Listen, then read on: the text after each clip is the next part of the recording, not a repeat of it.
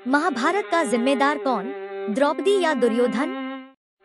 महाभारत की उस विनाशक लड़ाई के लिए ज्यादातर लोग दुर्योधन और शकुनी को जिम्मेदार मानते हैं, लेकिन ऐसे लोगों की संख्या भी कम नहीं है जो महाभारत के उस युद्ध के लिए धृतराष्ट्र, गांधारी, द्रौपदी, युधिष्ठिर तक को जिम्मेदार मानते हैं। महाभारत का युद्ध खत्म होने के बाद चारों तरफ केवल शांति ही शांति थी और पांडवों को जीत के बाद भी हार का एहसास हो रहा था, क्योंकि इस जीत में उन्होंने अपने रिश्तेदारों को खो दिया था।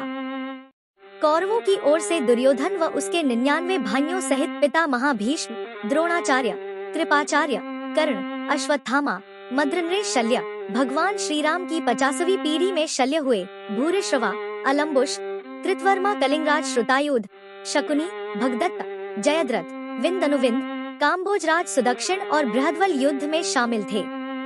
पांडवों की ओर से युधिष्ठिर व उनके 4 भाई भीम, नकुल, सहदेव, अर्जुन सहित सात्यकी, अभिमन्यु, घटोत्कच, राजा विराट, द्रुपद, धृष्टद्युम्न, शिखंडी, पांड्यराज, युयुत्सु, कुंती भोज, उत्तमौजा, शैब्य और अनूपराज नील युद्ध में शामिल थे।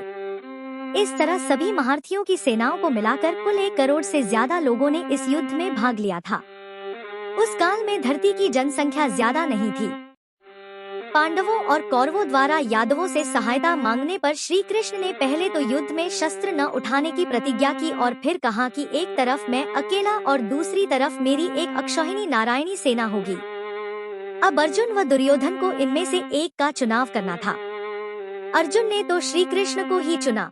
तब श्री कृष्ण ने अपनी एक अक्षौहिणी सेना दुर्योधन को दे दी और खुद अर्जुन का सारथी बनना स्वीकार किया। इस प्रकार कौरवों ने 11 अक्षौहिणी तथा पांडवों ने 7 अक्षौहिणी सेना एकत्रित कर ली। महाभारत का युद्ध खत्म होने के बाद चारों तरफ केवल शांति ही शांति थी और पांडवों को जीत के बाद भी हार का एहसास हो रहा था, क्योंकि इस जीत में उन्होंने अपने रिश्तेदारों को खो दिया था। कुछ विद्वान कहते हैं कि देवव्रत पितामह भीष्म को महाभारत के लिए जिम्मेदार समझना चाहिए, क्योंकि पितामह भीष्म ने अम्बा, अंबिका और अंबालिका की भावनाओं को कुचलकर जो कार्य किया वह अमानवीय था। पितामह भीष्म ने ऐसे कई अपराध किए जो किसी भी तरह से धर्म द्वारा उचित नहीं थे, इसलिए कहा जाता है कि वे अधर्म के साथ होने के कारण आदर्श चरित्र नहीं हो सकते। पितामह भीष्म के पिता शांतनु जाप सत्यवती के रूप और सौंदर्य से मुग्ध होकर उससे प्यार करने लगे थे और वे उससे विवाह करना चाहते थे, लेकिन सत्यवती ने उनके समक्ष ऐसी शर्त रख दी थी जिसे कि वे पूरी नहीं कर सकते थे। इसके कारण वे दुखी और उदास रहते थे। जब भीष्म पितामह को इसका कारण पता चला तो उन्होंने सत्यवती की शर्त मानकर अपने पिता शांतनु का विवाह सत्यवती से करवा दिया था। सत्यवती के कारण ही पितामह भीष्म को आजीवन ब्रह्मचर्य रहने की कसम खानी पड़ी थी। भीष्म ने काशी नरेश की 3 पुत्रियों अम्बा, अंबालिका और अंबिका का अपहरण किया था। बाद में अम्बा को छोड़कर सत्यवती के पुत्र विचित्रवीर्य से अंबालिका और अंबिका का विवाह करा दिया था। धृतराष्ट्र जन्म से दृष्टिहीन थे, इसलिए गांधारी, उनके भाई शकुनी और उनके पिता सुबल नहीं चाहते थे गांधारी का विवाह दृष्टिहीन धृतराष्ट्र से हो।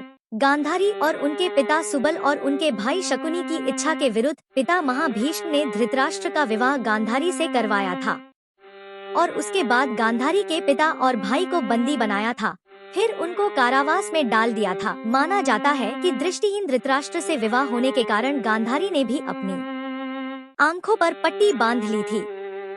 भरी सभा में जब द्रौपदी को निर्वस्त्र किया जा रहा था तो भीष्म चुप बैठे थे। भीष्म ने जानते बुझते दुर्योधन और शकुनी के अनैतिक और छलपूर्ण खेल को चलने दिया। शर्षिया पर भीष्म जब मृत्यु का सामना कर रहे थे तब भीष्म ने द्रौपदी से इसके लिए क्षमा भी मांगी थी। जब कौरवों की सेना जीत रही थी, ऐसे में भीष्म ने ऐन वक्त पर पांडवों को अपनी मृत्यु का राज बताकर कौरवों के साथ धोखा किया था। फिर भी भीष्म को किसी भी तरह से खलनायक नहीं माना जा सकता, क्योंकि भीष्म ने जो भी किया वह हस्तिनापुर के सिंहासन की रक्षा और कुरुवंश को बचाने के लिए किया।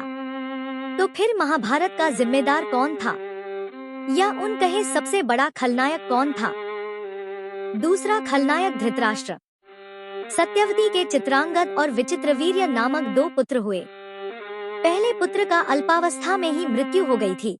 फिर दूसरा पुत्र विचित्रवीर्य का विवाह काशी नरेश की पुत्री अंबिका और अंबालिका से किया गया। संतानहीन विचित्रवीर्य की क्षय रोग से असामयिक मृत्यु हो गई। सिंहासन का कोई उत्तराधिकारी न होने पर सत्यवती ने अपने पराशर से उत्पन्न पुत्र वेदव्यास के माध्यम से अंबिका और अंबालिका से पुत्र उत्पन्न कराए। अंबिका से धृतराष्ट्र और अंबालिका से पांडु का जन्म हुआ। उसी दौरान एक दासी से भी वेदव्यास को नियोग करने का कहा, जिससे विदुर जन्मे। पांडु तो शापवश जंगल चले गए। ऐसे में धृतराष्ट्र को सिंहासन मिला। गांधारी धृतराष्ट्र से विवाह नहीं करना चाहती थी, लेकिन भीष्म ने अपनी शक्ति का दुरुपयोग कर गांधारी का विवाह धृतराष्ट्र से कराया था। लेकिन जब विवाह हो ही गया, तब गांधारी ने सब कुछ भूलकर अपना जीवन पति सेवा में लगा दिया। जब गांधारी गर्भ से थी, तब धृतराष्ट्र ने अपनी ही दासी के साथ सहवास किया, जिससे दासी से उनको युयुत्सु नाम का एक पुत्र हुआ।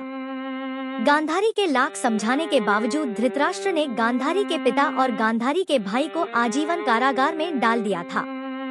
क्यों? वयोवृद्ध और ज्ञानी होने के बावजूद धृतराष्ट्र के मुंह से कभी न्यायसंगत बात नहीं निकली। पुत्रमोह में उन्होंने कभी गांधारी की न्यायोचित बात पर ध्यान नहीं दिया। गांधारी के अलावा संजय भी उनको न्यायोचित बातों से अवगत कराकर राज्य और धर्म के हितों की बात बताता था, लेकिन वे संजय की बातों को नहीं मानते थे। वे हमेशा ही शकुनी और दुर्योधन की बातों को ही सच मानते थे। वे जानते थे कि यह अधर्म और अन्याय कर रहे हैं, फिर भी वे पुत्र का ही साथ देते थे। अधर्म का साथ देने वाला कैसे नहीं खलनायक हो सकता है।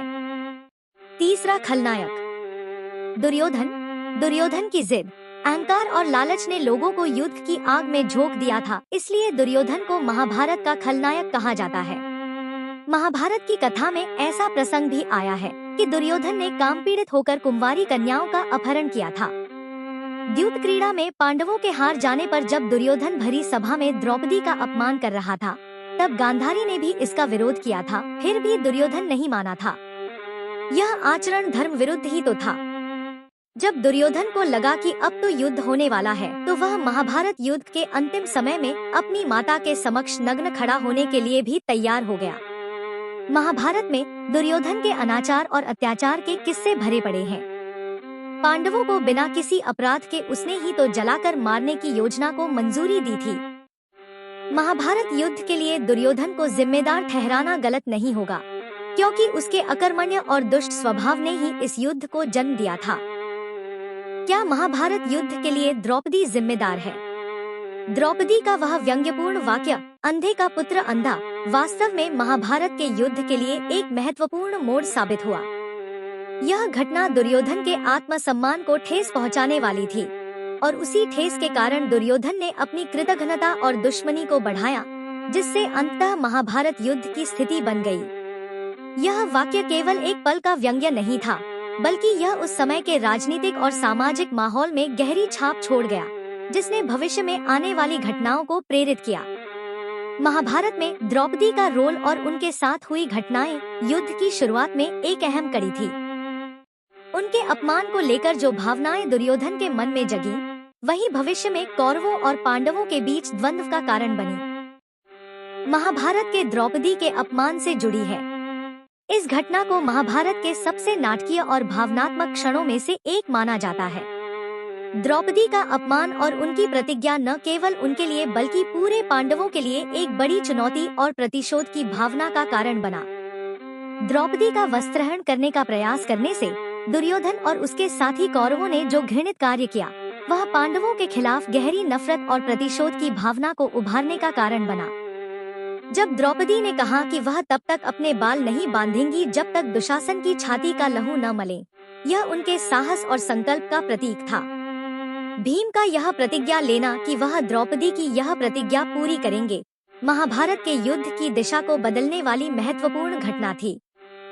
यह घटनाएं महाभारत के युद्ध की पृष्ठभूमि तैयार करने में अहम भूमिका निभाती हैं, क्योंकि यह उस कड़वे संघर्ष का आरंभ करती है जो बाद में कुरुक्षेत्र में बड़े युद्ध के रूप में परिणत हुआ।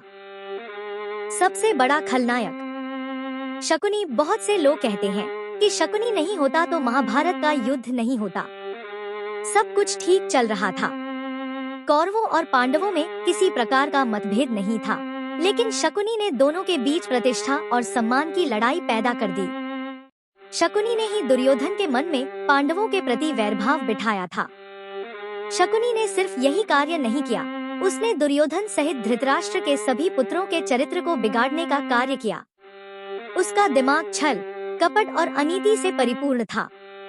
गांधारी और पिता और भाई शकुनी की इच्छा के विरुद्ध भीष्म ने गांधारी का विवाह दृष्टिहीन धृतराष्ट्र से कराया था। यह बात शकुनी भूला नहीं था। उसने अपने तड़पते पिता की मृत्यु को देखा था। उसके सामने ही उसका पूरा परिवार नष्ट हो गया था। ऐसे में उसके मन में क्या धृतराष्ट्र और कौरवों के प्रति अच्छे भाव रह सकते हैं। शकुनी कौरवों और पांडवों दोनों के ही दुश्मन थे और वे दोनों का ही नाश देखना चाहते थे, क्योंकि धृतराष्ट्र ने शकुनी के माता पिता, भाई और बहन को कारागार में बंद कर भूखा मार दिया था। महाभारत का हर पात्र इस लड़ाई के लिए जिम्मेदार है और इसलिए हम किसी एक को महाभारत की लड़ाई का जिम्मेदार नहीं ठहरा सकते हैं। ये हक की लड़ाई थी, ये धर्म और अधर्म की लड़ाई थी, इसलिए ये प्रश्न ही अपने आप में बहुत जटिल है। ऐसी ही अन्य स्टोरी देखने के लिए जुड़े रहें ज्ञान कुबेर जी के टैलेंट हंट्स के साथ। धन्यवाद।